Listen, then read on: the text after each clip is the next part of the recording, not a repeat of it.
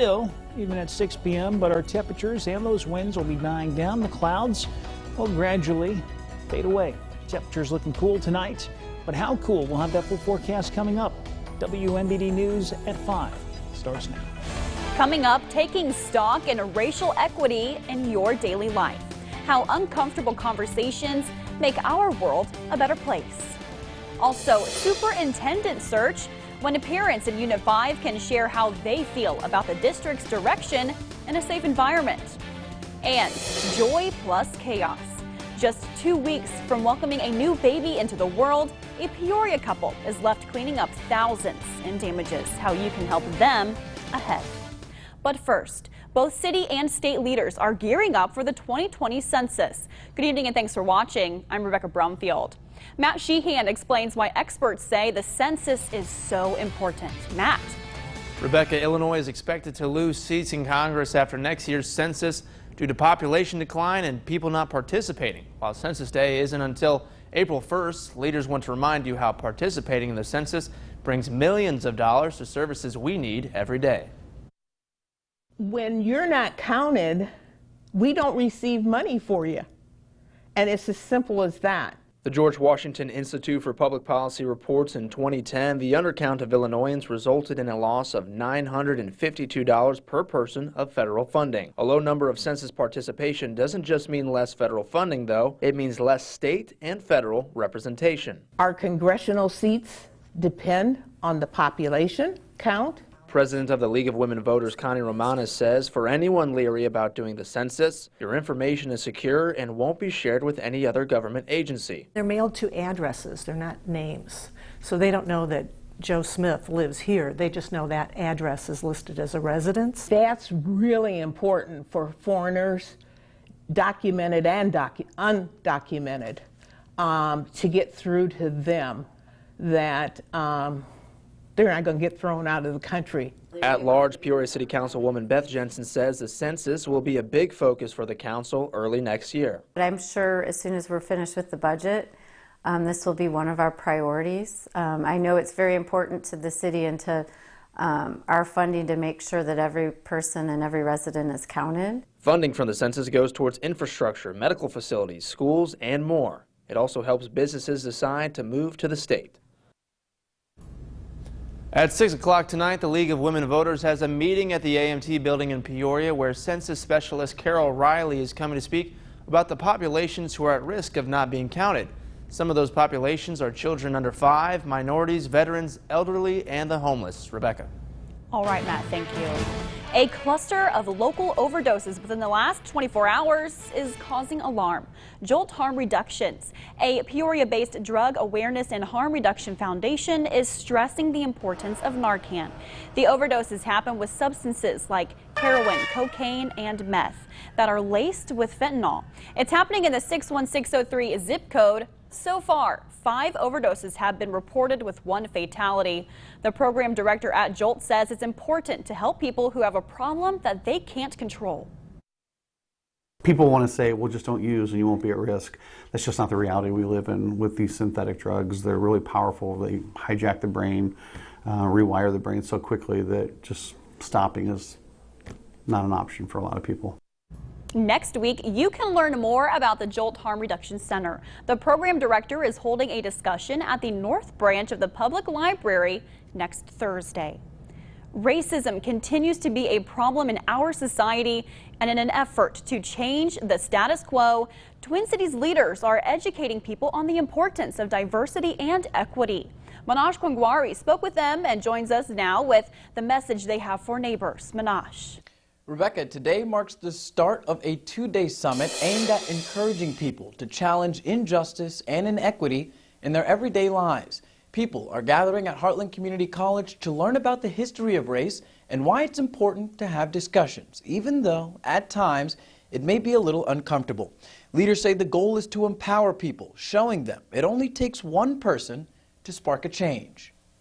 Hopefully they'll now be advocates for the community to help keep us moving forward and really tackle these racial equity issues, and not just equality. You know, as you can see, it's a diverse room, so we're seeing equality, but we're lacking right now in the equity.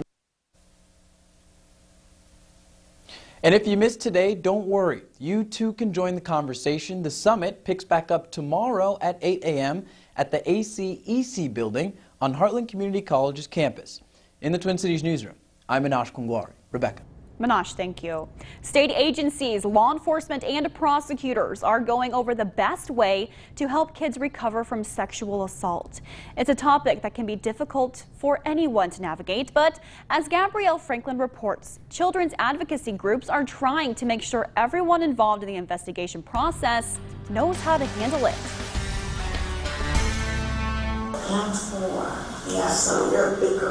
She's not actually 4 years old, but actors like her and Reggie Guyton are pretending to be little ones who may be dealing with big problems. They're portraying children who may have been sexually abused. It definitely opened my eyes to not only the seriousness of what we're talking about, but also the frequency. It's really unfortunate that we have a system that sometimes has been stretched too thin and gets a bad rap, but is trying to do the right thing. That right thing trainees are learning how to do this week is a proper forensic interview. The interview is the child's words and what happened to them. So it's usually provided for evidence, and it gives that child the opportunity to tell sometimes the most, intimate, deepest, darkest secrets that they might have, or traumatic experiences that they have had, with somebody who's going to sit there and listen to them. Children's advocacy centers normally conduct the interviews, acting as a neutral voice for children. But this week's training allows other groups that investigate allegations to learn new techniques to get victims to open up. The most surprising part of it is that you have to be able to speak to people from all walks of life. So in these cases, you can be talking to a 2-year-old all the way to the other end of life. So there's a certain art, a tactfulness that goes into interviewing children. School leaders in Normal say they'll have a new superintendent chosen by the end of January. Eugene Daniel joins me now to explain the plan rolled out by School Exec Connect. Eugene. Here, Rebecca, School Exec Connect is the firm that Unifive hired to replace outgoing Superintendent Mark Daniel. And as WGLT reports, the organization released a hiring plan.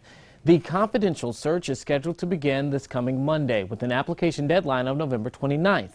Now, the firm says confidential searches attract more candidates because qualified applicants are typically already working for a school district and don't want to damage those relationships. School Exec Connect wants your input from October 14th through October 25th. There will be an online survey, and then there will be 2 open forums that will also take place. One of those will be for parents and community members, the other for staff. Now, board members are encouraged not to attend so people feel more comfortable to speak freely. And to see a detailed timeline of the firm's plans and when you can give your opinion, simply head to our website, ciproud.com. All right, Eugene. Starting next year, smokers will no longer be able to buy tobacco products from Schnucks. The company plans to sell its current inventory throughout the rest of this year, but on January 1st, no tobacco products will be sold. Officials say while the industry is profitable to their business, they believe it's the right thing to do. After half a decade, the 4 Points by Sheraton Hotel in downtown Peoria is set to open at the end of next month. The hotel manager says he's hoping to have it ready for guests for the holiday season. While some websites say you can make reservations now, the manager says those actually won't be taken until next month. Easter Seals is helping thousands of families around the nation. Treasurer Roberts tells us how here at home, one Peoria family is grateful for its unwavering services and inclusive nature. Meet Larkin Hinckley. She loves to sing, draw, and play pretend. She does things most kids love to do from a unique perspective. Larkin has autism, but her mom, Jennifer Rosa, says her diagnosis doesn't change who she is. Sometimes having the diagnosis means more to the world than the parent. If she didn't have the title or a label of autism, she'd still be herself. Her family has worked closely with Easter Seals for over 2 years. They appreciate the team's continuous efforts of inclusion. Inclusion for us doesn't mean other, it means with.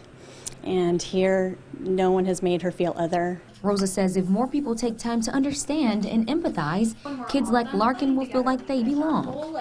we're really grateful that there's so many people here who love her as much as we do and see her in the same light that we do. They just want to be included, and they're included here at Easter Seals. Easter Seals is celebrating 100 years of helping families right here at home. The Century Ball is coming up in November. We have all those details on how you can register over on our website. That's ciproud.com.